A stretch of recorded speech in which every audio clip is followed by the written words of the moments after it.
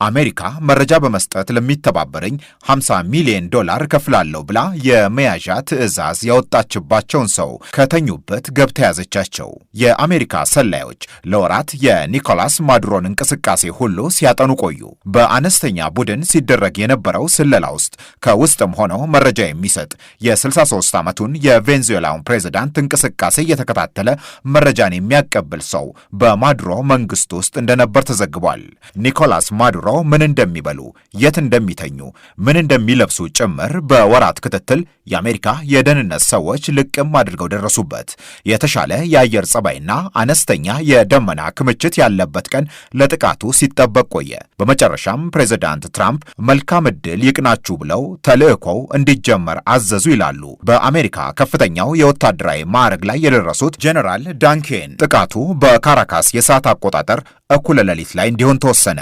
ይህም ተልዕኮው በጨለማ እንዲፈጸም ስለተፈለገ ሆን ተብሎ የተደረገ ነው ብለዋል። ፕሬዝዳንት ትራምፕ ተልዕኮውን ከነጩ ቤተ መንግስት የቀጥታ መከታተያ ክፍል ውስጥ ሆነው አልተመለከቱትም።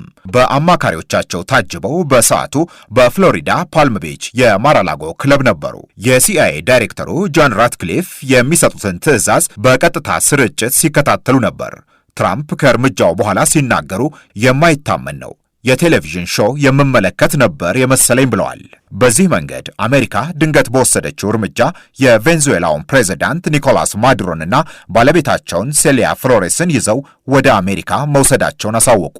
አሜሪካ የኒኮላስ ማዱሮን አስተዳደር ካደገኛ የአደንዛዥ እጽ ዝውውር ንግድ ጋር በተገናኘ ስትከስ ቆይታለች። ፕሬዝዳንት ትራምፕ በቬንዙዌላ የነበሩ የአሜሪካ የነዳጅ ኩባንያዎች እንዲወጡ ተደርጎ የነዳጅ ዘርፉ በመንግስት እጅ የገባበት መንገድ ተገቢ አልነበረም፣ ጥቅማችንን አጥተናል የሚል ክስንም ይደጋግማሉ። የቅዳሜውን እርምጃ ተከትሎም ቬንዙዌላ እስከምትረጋጋ በእኛ ትመራለች ያሉት ፕሬዝዳንቱ ላጣነው መብት ማካካሻ የምናገኘውም አሁን ነው ብለዋል። ነዳጁን መልሰን እንወስዳለን። እውነት ለመናገር ይህንን ማድረግ የነበረብን ቀድመን ነበር። ለማካካሻ የሚሆን ገንዘብ እናገኛለን። ላወጣነው ገንዘብ ሁሉ ማካካሻ እናገኛለን። ቬንዙዌላ $17 ትሪሊየን የሚገመትና ለ800 ዓመታት የሚቆይ የነዳጅ ሀብት እንዳላት ይነገራል። 303 ቢሊዮን በርሜልም ይገመታል።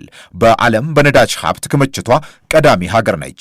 የአሜሪካ ኢንዱስትሪዎች ከባድ ድፍድፍ ነዳጅ እንደሚፈልጉም ይነሳል።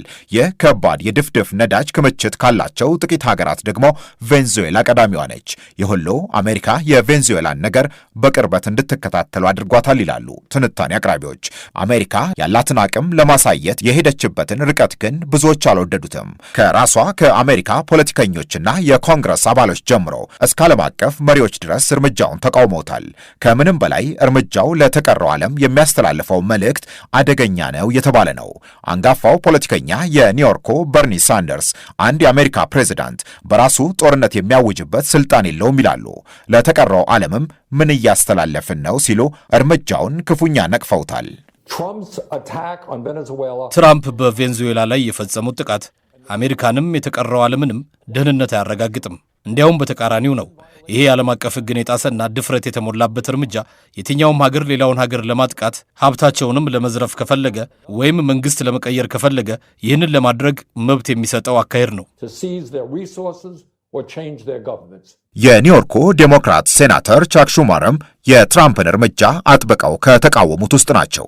ዩናይትድ ስቴትስ ቬንዙዌላን ልትመራ ትችላለች።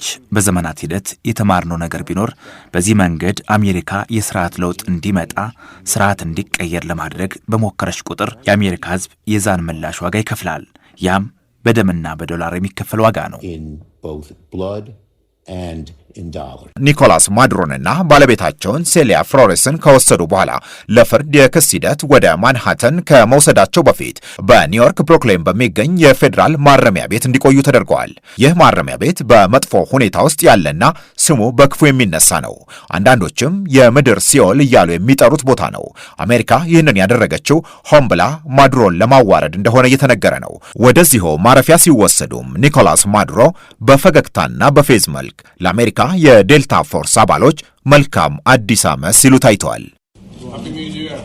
Happy New Year before he and his wife are taken to the Brooklyn detention facility. አሜሪካ ኒኮላስ ማዱሮን ከያዘች በኋላ ጥቅሜን ለማስከበር የተረጋጋ አስተዳደር እስኪመጣ በካራካስ ያለሁት እኔ ነኝ ብትልም በጊዜያዊ ፕሬዝዳንትነት የተተኩት ምክትል ፕሬዝዳንቷ ዴልሲ ሮድሪጌዝ ግን ገና በመጀመሪያ ንግግራቸው ህዝቡ እስከ መጨረሻው ለመታገል ዝግጁ እንዲሆን ጥሪ አቅርበዋል። ለሀገሩና ለቬንዙዌላ ህዝብ ግልጽ እንዲሆን የምፈልገው ነገር ቢኖር በፍጹም ተመልሰን ባሪያ አንሆንም። በፍጹም ተመልሰን በየትኛውም አገዛዝ ስር ያለን ቅኝ ተገዣ አንሆንም። በዚህ ንግግር ያልተደሰቱት ፕሬዝዳንት ትራምፕ ትክክለኛው መንገድ ካልተከተሉ ሮድሪጌዝም ክፉ ዕጣ ይገጥማቸዋል፣ ምናልባትም የሚከፍሉት ከማዱሮም የከፋውን ክፍያ ሊሆን ይችላል ብለዋል። ይህንን ተከትሎ የወጡ ያሉ መረጃዎች ጊዜያዊ ፕሬዝዳንቷ ከትራምፕ ቁጣ በኋላ መለሳለስ ማሳየት ጀምረዋል። ከአሜሪካ ጋር አብሮ ለመስራትም ዝግጁ ነኝ ማለታቸው የተዘገበ ነው። በሌላ በኩል በቬንዙዌላ ላይ አሜሪካ የወሰደችው እርምጃ ለሌሎች ሀገሮችም ስጋት ስለመሆኑ በስፋት መነሳት ጀምረዋል። ኮሎምቢያ፣ ሜክሲኮ፣ ኪዩባ፣ ግሪንላንድ እና ሌሎችም ተጠቃሽ ሀገሮች ሆነዋል። ከቬንዙዌላ አጋር ሀገሮች አንዷ የሆነችው ከነዳጅ ምርቷ 4% ገደማ የምትሸምተው በአሜሪካ እርምጃ 32 ዜጎቿ እንደተገደሉባት የተናገረችው ኪዩባን በተመለከተ የአሜሪካው የውጭ ጉዳይ ሚኒስትር ማርኮ ሩቢዮ የሰጡት አስተያየትም የዚህ ሐሳብ ደጋፊ ሆኖ ቀርቧል። ብዙ ችግር ይኖራል ብዬ አስባለሁ። ቀጣዩ እርምጃችን ምን ይሆናል የሚለውን አሁን ለመናገር አልችልም። በዚህ በኩል የምንከተለው ፖሊሲ ምን እንደሚሆን አሁን አልናገርም። ግን አንድ ነገር ሚስጥር የሚሆን አይመስለኝም። በኩባ ያለው ስርዓት ደጋፊዎች አይደለንም። እርምጃውን ተከትሎ የቬንዙዌላ ዕጣ የሚደርሳት ቀጣዩ ሀገር ኮሎምቢያ ልትሆን ትችላለች ተብሎም እየተዘገበ ነው። ባለፈው እሁድ የቬንዙዌላ ዕጣ ኮሎምቢያ ላይ ሊደርስ ይችላል ተብሎ የተጠየቁት ፕሬዝዳንት ትራምፕ ኮሎምቢያም በጣም ህመም ውስጥ ነች፣ የምትመራውም በታማሚ ሰው ነው፣ ኮኬይን ወደ አሜሪካ እየላከ መሸጥ በሚወድ ሰው ብለዋል። ኮኬይን ማምረቻ ፋብሪካ ሁሉ አለው፣ ለረጅም ጊዜ ግን በዚህ ስራ የሚቀጥል አይመስለኝም ሲሉ ተናግረዋል። የኮሎምቢያው ፕሬዝዳንት ጉስታቮ ፔትሮ ግን የአደገኛ ዕፅ ነጋዴ ተብለው መወንጀላቸውን ውድቅ አድርገውታል። ባለ 4 ኮከቡ ጄኔራልና የቬንዙዌላ የመከላከያ ሚኒስትር ቭላዲሚር ፔድሪኖ ሎፔዝ ግን በሀገራቸው የሆነውን ሁሉ ካዩ በኋላ የተቀረው ዓለምም ነግበኔ ቢል ይሻለዋል እያሉ ነው። ዛሬ በቬንዙዌላ ላይ የሆነው ነገር ነገ በማንኛውም ሀገር ላይ ሊሆን ይችላል። የብሪታንያውን ሚስጥራዊ የደህንነት ተቋም M16ን ለረጅም ዓመታት የመሩት ሰው ሰር አሌክዛንደር ዊሊያም ያንገር እንዲህ አሉ። ዓለም በአሁኑ ሰዓት እየተመራች ያለችው ማይት ኢዝ ራይት በሚል አስተሳሰብ ነው። ጥንካሬና አቅም ያለው ያሻውን ያደርጋል በሚል አስተሳሰብ እንደማለት ነው። ቢቢሲ፣ ኤቢሲ ኒውስ፣ ዘ ጋርዲያን፣ ግሎባል ኒውስ እና ሌሎች ድረገጾችን በመረጃ ምንጭነት ተጠቅመናል።